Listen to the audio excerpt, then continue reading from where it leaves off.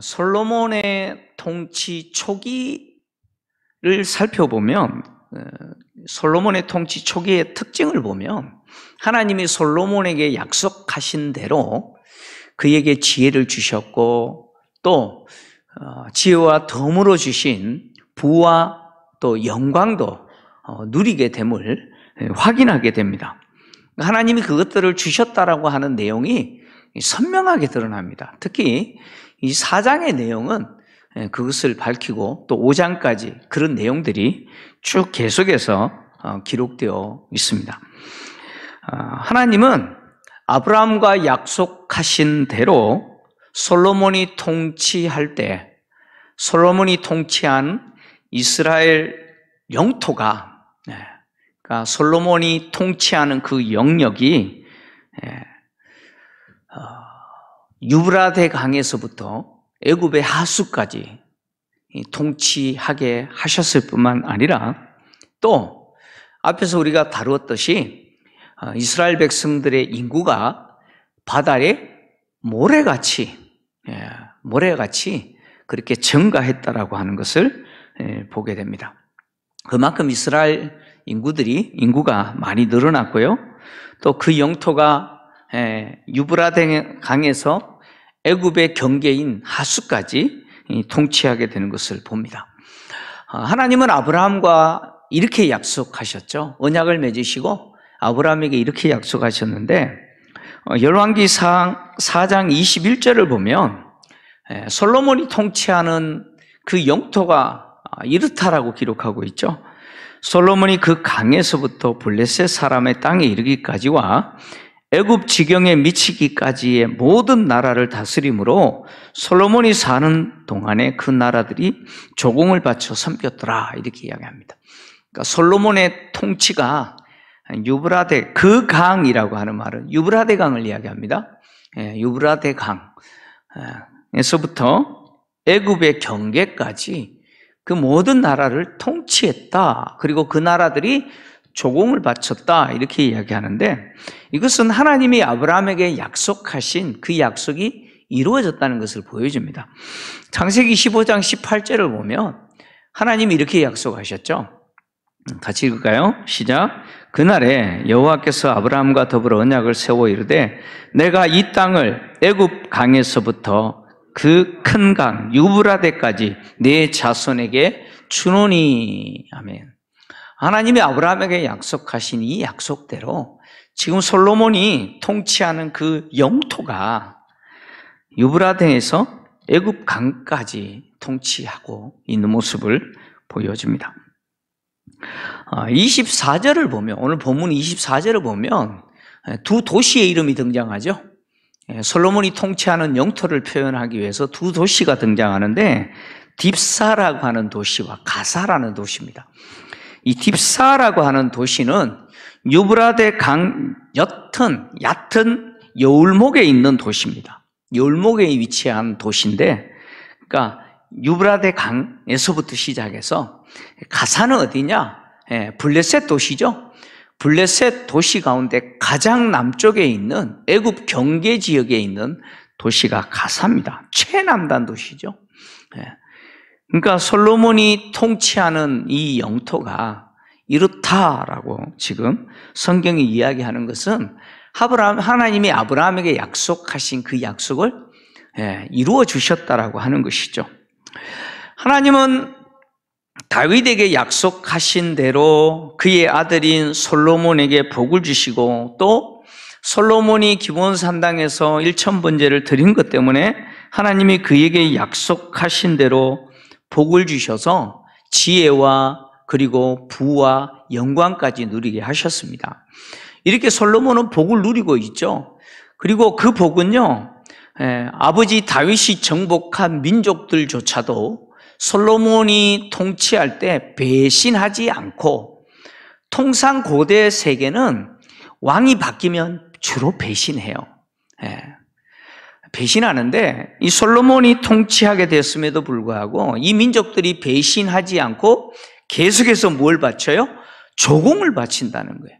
그래서 솔로몬은 이 이방 민족들이 바치는 이 조공으로 인해서 부를 누리죠. 예, 부를 누립니다. 엄청난 부를 누립니다. 예. 그리고 또 솔로몬은 이방 민족들을 통치하고 그들이 조공을 바치는 것 때문에 부를 누릴 뿐만 아니라 그들이 배신하지 않는 것으로 인해서 또 무엇을 누립니까? 평화를 누리죠. 예, 평화를 누립니다. 여러분, 내가 통치하는 그 시대에 평화가 있다는 것은 복이죠. 그죠? 대통령이 바뀌었더니 맨날 전쟁이 있고 그래 보세요. 그렇지 않습니까? 내가 지금 우리 정부 이야기하는 거 아닙니다. 오해하지 마십시오. 목사님 또 정치 이야기하네. 아닙니다. 그 이야기가 아니고. 예. 여러분, 왕이 새롭게 바뀌었는데 맨날 전쟁한다고 한번 생각해 보세요. 근데 솔로몬이 아버지의 뒤를 이어서 통치를 하는데 전쟁이 없어요. 왜요? 민족들이 배신을 하지 않는 거예요. 그냥 솔로몬의 통치에 그냥 복종하면서 적용을 바치는 거예요. 그래서 솔로몬의 통치 기간 동안 이 평화를 누리는데 이 평화는 솔로몬만 누리는 게 아니죠. 백성들도 누리는 것이죠. 그래서 성경은 솔로몬이 사는 동안 유다와 이스라엘이 단에서부터 브엘세바까지 각기 포도나무와 무화과나무 아래에서 평안히 살았다 이렇게 기록하고 있죠. 단에서 브엘세바라고 하는 것은 실제 이스라엘 영토를 이야기합니다.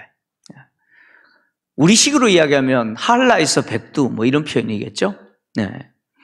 실제 이스라엘 백성들이 사는 모든 지역에 무엇이 있었다고요? 평화가 있었다는 것이죠. 여러분, 포도나무와 무화과나무 아래에서 평안히 살았다라고 하는 것은 이 정령적인 어떤 표현들인데 이런 이야기입니다. 전쟁 걱정 없고 먹고 사는 걱정 없이 그렇게 번영을 누리면서 살았다 이런 뜻입니다.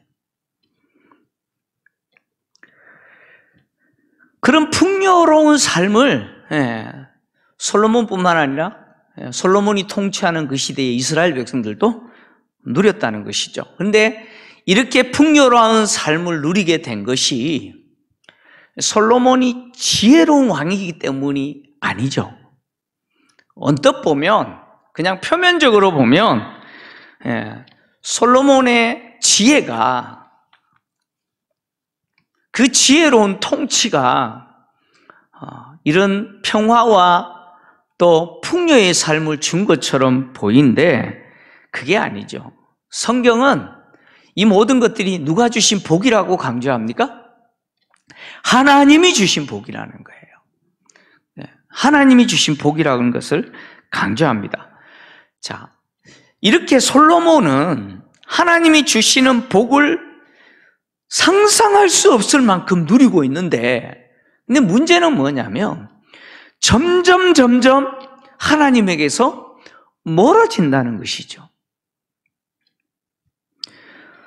성경은 솔로몬이 통치할 때 이스라엘이 번영을 누렸고, 그리고 심지어 풍요로운 삶을 누렸다라고 말하면서 또 한편으로 본문에서 뭘 이야기하고 있냐면 솔로몬이 조직한 군대 조직을 이야기합니다. 솔로몬이 군대를 어떻게 양성했는지를 이야기를 하고 있는데, 오늘 본문에 보니까 솔로몬이 병거의 말 외양간이 4만이다. 그리고 마병이 12,000명이나 두었다. 이렇게 이야기합니다. 역대하를 보면, 병행 본문인데 역대하를 보면 솔로몬이 소유한 병거가 얼마나 되느냐? 1,400대라고 이야기합니다. 역대하 1장 14절인데요. 한번 읽겠습니다. 시작. 솔로몬이 병거와 마병을 모으매 병거가 1,400대요 마병이 12,000명이라 병거 성에도 두고 예루살렘 왕에게도 두었으며 이렇게 이야기합니다. 자, 병거가 1,400대다라고 기록을 하고 있는데, 여러분, 병거가 1,400대면 그 병거를 끄는 말은 몇 마리일까요? 병거 한 대당 말 2마리가 끌어요. 말 2마리가 끌어요. 그러면 병거가 1,400이면 말은 몇 마리입니까? 2,800마리죠. 말이 2,800마리나 된다는 것이죠. 그리고 오늘 본문을 보니까 말의 외양간이 4만이다 이렇게 기록하죠. 4만이다.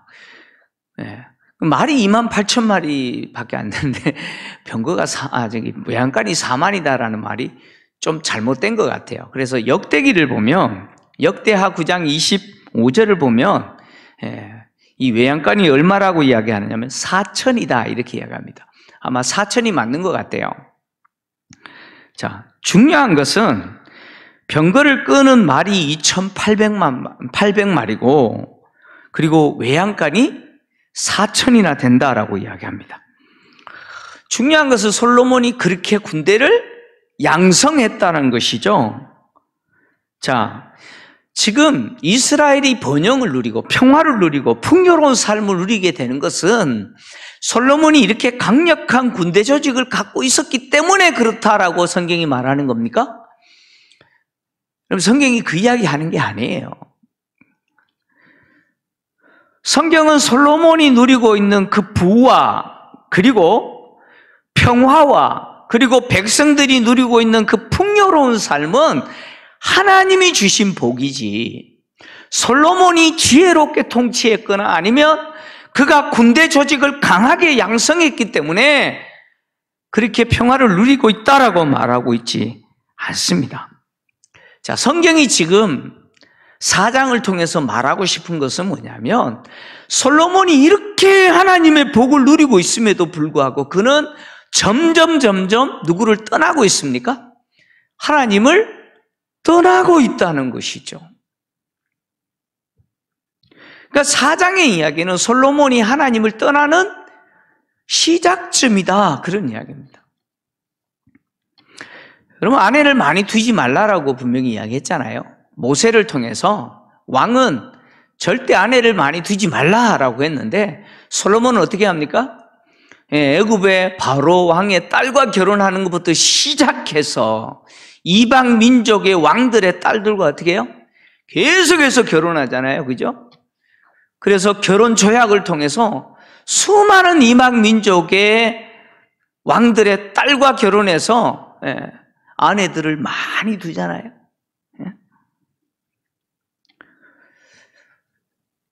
뿐만 아니라 은금을 많이 가지지 말라라고 했는데 솔로몬 시대는요 은금이 얼마나 풍부했던지 은금이 평지에 뭐와 같았냐면 뽕나무처럼 많았다라고 얘기합니다.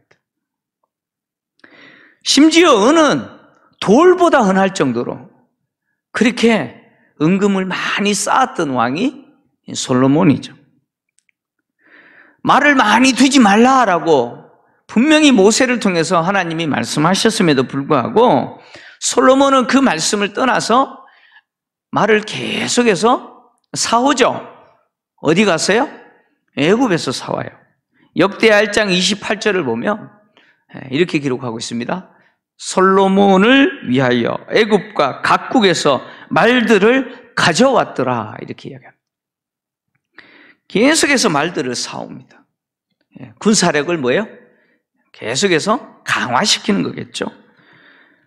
그러니까 솔로몬이 하나님으로부터 엄청난 복을 누리고 있고 그리고 평화를 누리고 있고 또 하나님께서 솔로몬이 통치하는 그 시대에 백성들에게 풍요를 주셔서 그것을 누리고 있는데 정작 솔로몬은 계속해서 하나님을 떠나기 시작하고 있더라는 것이죠. 그래서 솔로몬이 12지방 관장을 뒀잖아요. 그 12지방 관장들이 하는 역할이 뭡니까? 솔로몬의 하루 양식을 공급하는 것이죠. 왕궁에서 먹는 하루 양식, 그 양식을 한 달 단위로 공급하고 뿐만 아니라 이 지방 관장들이 하는 역할이 솔로몬이 양성하는 이 군대 조직에 있어서 이 말들을 먹이기 위해서 그 말들의 양식까지 공급하는 역할을 하죠. 그래서 밀과 꼴을 가지고 오는, 그래서 오늘 성경 본문에는 그것들을 부족함 없이 그들이 공급했다라고 이야기하죠.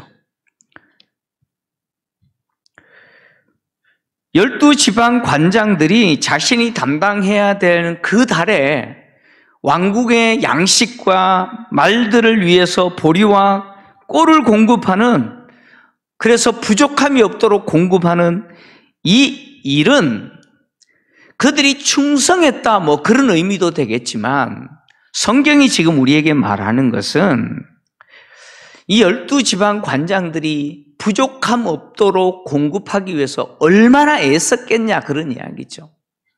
그죠? 여러분, 12지방 관장들이 이렇게 애를 썼다라고 하는 것은 결국 백성들이 힘들었다는 이야기예요. 별로 힘 안 들었다는 이야기예요. 힘들었다는 이야기겠죠. 나중에 가면 이게 문제가 돼요. 백성들이 불만을 표출하는 원인이 되기도 합니다. 자, 솔로몬의 모습에서, 그러니까 사장은 솔로몬이 뭐 잘했다, 잘못했다 평가하지 않아요. 평가하지 않습니다. 평가하지 않는데, 그럼에도 불구하고 사장에서 솔로몬의 모습에서 무엇이 보이기 시작하냐면, 하나님이 사무엘 선지자를 통해서 이스라엘 백성들이 왕을 달라고 요구할 때, 우리도 왕을 세워주세요 라고 요구했을 때, 사무엘 선지자가 너희들이 요구하는 왕정제도가 이런 제도다라고 왕정제도의 그 악습이죠, 안 좋은 모습에 대해서 이야기를 했는데, 그 그림이, 그 그림자가 솔로몬의 모습에서 어른거리기 시작한다는 거예요. 여러분, 사무엘상 8장을 좀 보시면 8장 11절에서 17절 내용인데요. 자, 화면을 보시면 좀 긴 내용인데 한 절씩 좀 읽어봅시다. 솔로몬이 너희들이 왕을 요구하는데 왕이 너희들을 통치하게 되면 이런 일들이 있을 거라고 예고했는데, 자, 한 절씩 같이 읽습니다. 시작. 이르되 너희를 다스릴 왕의 제도는 이러하니라. 그가 너희 아들들을 데려다가 그의 병거와 말을 어거하게 하리니 그들이 그 병거 앞에서 달릴 것이며, 그가 또 너희의 아들들을 천부장과 50부장으로 삼을 것이며, 자기 밭을 갈게 하고 자기 추수를 하게 할 것이며, 자기 무기와 병거의 장비도 만들게 할 것이며, 또 그가 또 너희의 딸들을 데려다가 향료 만드는 자와 요리하는 자와 떡 굽는 자로 삼을 것이며, 그가 또 너희의 밭과 포도원과 감람원에서 제일 좋은 것을 가져다가 자기 신하들에게 줄 것이며, 그가 또 너희의 곡식과 포도원 소산의 11조를 거두어 자기의 관리와 신하에게 줄 것이며, 그가 또 너희의 노비와 가장 아름다운 소년과 나귀들을 끌어다가 자기 일을 시킬 것이며, 너희의 양떼의 10분의 1을 거두어 가리니 너희가 그의 종이 될 것이라. 이 사무엘이 경고했던 왕의 모습이 여러분 솔로몬에게서 보여요, 안 보여요? 보입니까, 안 보입니까? 보이기 시작하죠. 그냥 보세요. 보이기 시작합니다. 좋은 거 다 걷어가서 어디서 먹어요? 아니, 12지방 관장들이 하는 역할이 뭡니까? 좋은 거 다 걷어가지고 어디 가져갑니까? 왕궁으로 가져가잖아요. 솔로몬의 하는 양식이 되게 만들잖아요.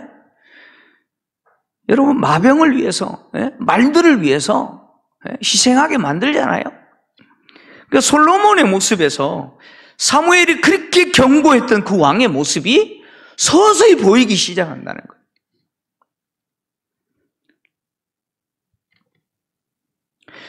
솔로몬은 이 4장과 그리고 5장 그리고 하나님의 성전을 지을 때까지의 솔로몬의 모습은요, 이 하나님을 향한 마음과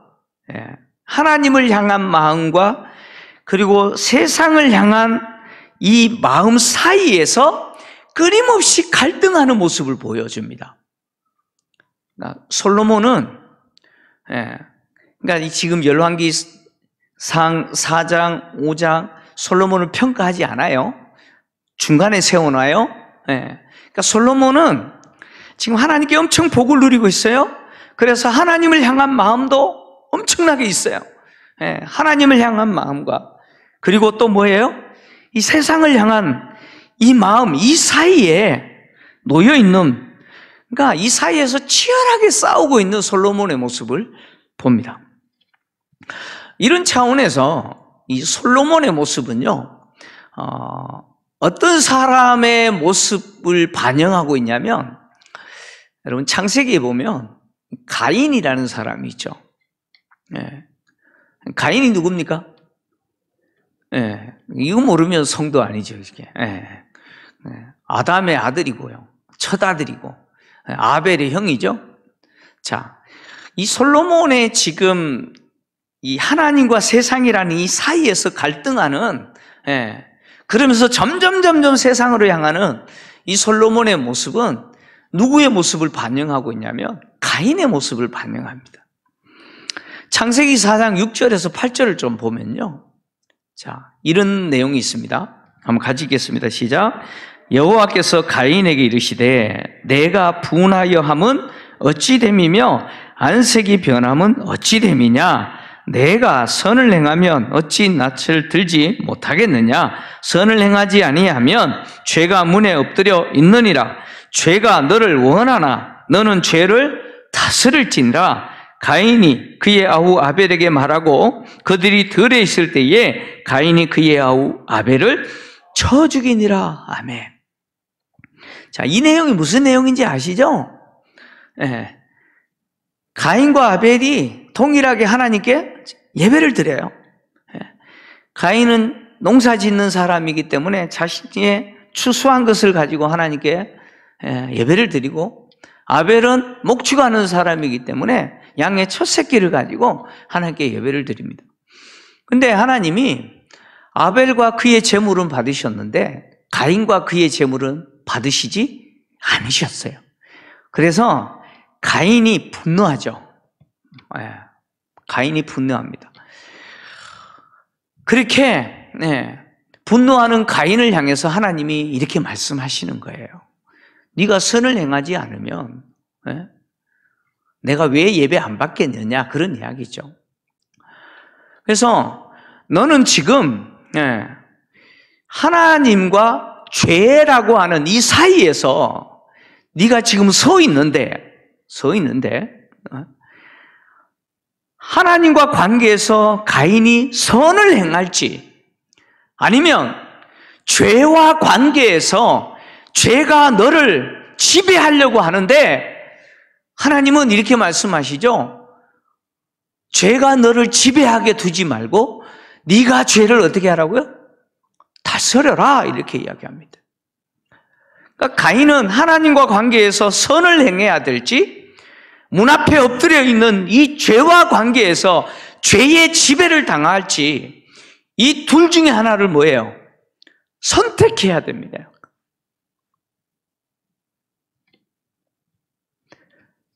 근데 결국 가인은 어떻게 했습니까? 가인은 하나님과 관계에서 선을 행하는 것이 아니라 죄의 지배당해 버리죠. 그래서 동생 아벨을 살인하는 최초의 살인자가 되어버리십니다. 하나님 앞에 선을 행해야 된다라고 하는 마음도 있고, 그죠? 가인에게는 이 두 가지 마음이 있잖아요. 하나님 앞에서 선을 행해야 된다라고 하는 마음도 있고, 또 끊임없이 자기 속에서 이 죄라고 하는 것이 동생을 죽여야 된다, 동생을 죽여라라고 하는 그런 죄를 짓게 만드는 그런 마음이 치열하게 싸우고 있는 거예요. 자신의 내면에서. 이 둘 사이에서 결국 가인은 실패해 버렸어요. 여러분, 솔로몬은요? 솔로몬은 어떻습니까? 결국 실패하죠, 솔로몬도. 오늘 설교 제목이 하나님과 세상 사이에서라는 제목입니다. 또 다르게 이야기하면 하나님과 죄 사이에서. 여러분, 하나님과 세상 사이에서, 하나님과 죄 사이에서 끊임없이 선택하면서 갈등하면서 살아야 될 대상이 여러분 성도 아닙니까? 그죠? 여러분 세상 사람들은 뭐 고민 안 해요. 고민 안 해요. 뭘 고민하면서 삽니까? 예? 세상 사람들은 고민 안 해요. 그냥 죄 짓는 걸 즐기면서 살아요. 근데 성도는 어떻습니까? 하나님 앞에서 선을 행해야 된다라고 하는 이 마음과 끊임없이 우리를 유혹하고 또 우리를 계속해서 넘어뜨리려고 하는 이 죄 짓고자 하는 우리의 부패한 본성이죠. 이 육체의 욕망, 이 사이에서 우리는 끊임없이 어떻게 해요? 갈등하면서 살아요. 성도들 중에는 하나님이 주신 복을 누리는데 나중에는 그 복 때문에 하나님을 떠나는 성도들도 있죠. 여러분, 우리도 영적으로 긴장하고 깨어있지 않으면 하나님이 주시는 복을 누리면서 결국 하나님을 떠나버리는 사람이 될 수 있어요. 점점 세상을 향하여 가는 사람이 될 수 있어요. 나중에는 자기가 누리고 있는 것이 하나님이 주시는 복인지 세상이 주는 것인지 분간도 못하는 그런 성도가 될 수도 있습니다.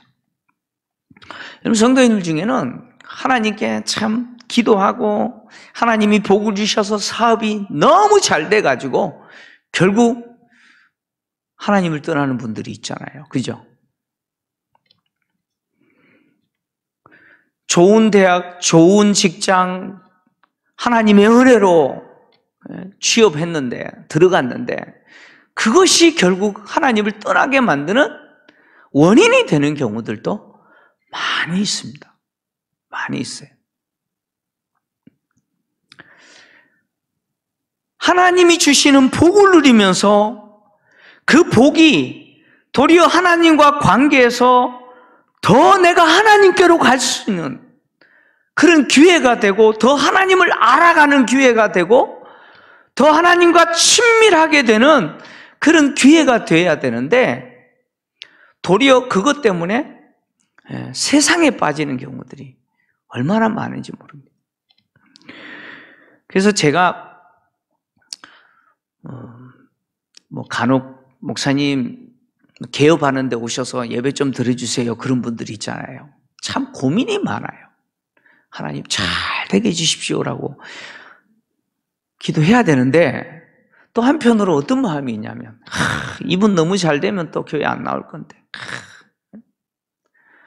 너무 잘 돼가지고 주일날 장사한다고 교회 안 나오고 돈 버는 재미, 돈 세는 재미 때문에 또 교회 안 나오실 건데 이런 마음이 생길 때가 있어요.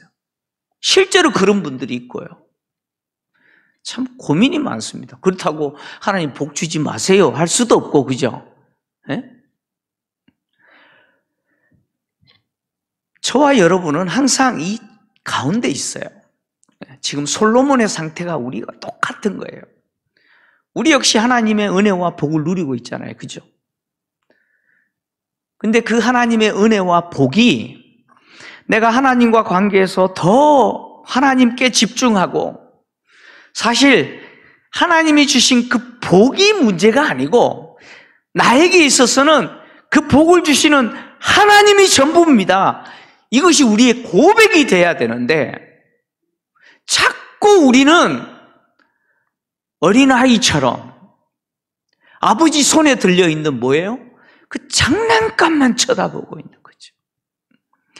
아버지 손에 들려있는 그 선물 거기에 눈만 집중되어 있어요.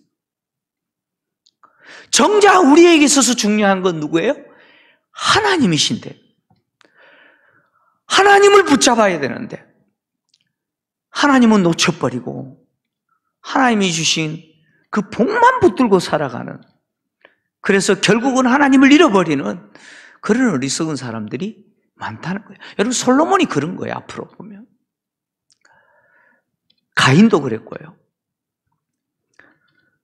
여러분, 우리 자신들을 이제는 이 말씀을 들었으니까 이제는 내가 하나님 주신 복을 누리는 자로서 그 복에 눈을 두는 것이 아니고 누구에게 눈을 드는 사람이 되어야 됩니까?